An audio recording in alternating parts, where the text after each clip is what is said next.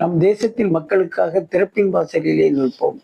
இஸ்ரவேலர் பாவம் செய்தபடியால் தேவன் அவர்களை அழிக்க நினைத்த போது இஸ்ரவேல் ஜனங்களுக்காக தேவனுக்கு முன்பாக திறப்பின் வாசலிலே மோசே நின்று ஜனங்களை காப்பாற்றினான்.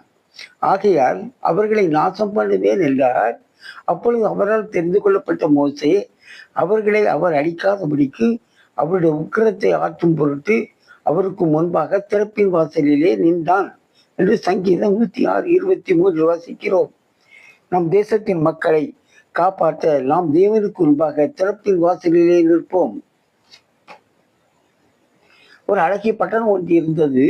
அந்த பட்டணத்தில் கடல் நீர் உள்ளே வராதபடிக்கு ஒரு பெரிய சுவர், தடுப்பு சுவர் எழுப்பப்பட்டிருந்தது. ஒரு நாள் ஒரு சிறுவன் அந்த வழியே வரும்போது அந்த சுவரிலே ஒரு சிறு துவாரம் ஏற்பட்டு அந்த துவாரத்தின் வழியாக நீர் வருவதை பார்த்தான்.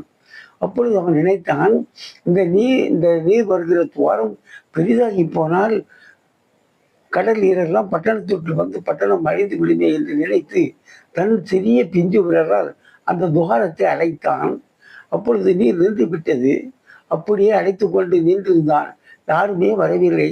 கடைசியாக பார்த்தால் அந்த திறப்பிலிருந்து எந்த தண்ணீர் வரவில்லை. தண்ணீர் நின்று போனது. ஆனால் அந்த பையன் யார் உதவிக்கு வராமல் இரவெல்லாம் இந்த பனியிலே நின்று மரித்து போனான்.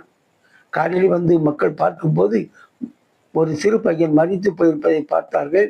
அவனுடைய உடலை அகற்றும் போது அவனுடைய விரல் அந்த திறப்பிலே இருப்பதை கண்டார்கள். அப்பொழுது புரிந்து கொண்டார்கள், இந்த திறப்பின் வழியாக தண்ணீர் வருகிறதுனாலே பட்டணம் அழிந்து விடக்கூடாது என்று அவன் இந்த திறப்பை அடைத்திருக்கிறான் என்று சொல்லி அவனுக்கு ஒரு பெரிய சிலையை அந்த பட்டணத்திலே நடுவாக நிறுத்தினார்களாம். பிரியமானவர்களே, நம் தேசத்தின் மக்களை நாம் காப்பாற்ற நாம் தேவனுக்கு முன்பாக திறப்பின் வாசலிலே இருப்போம்.